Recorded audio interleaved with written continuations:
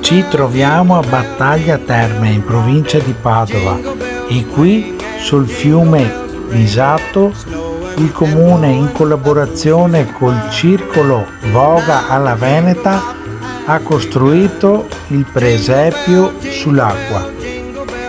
L'imbarcazione usata per questo meraviglioso presepio arriva da Padova, è lunga 15 metri e può trasportare fino a 9 tonnellate.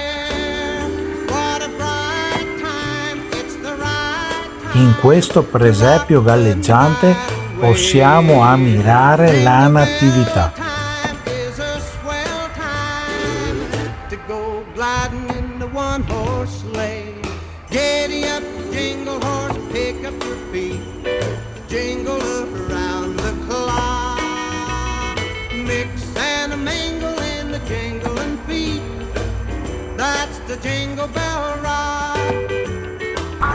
E questo è il presepio di Battaglia Terme sull'acqua.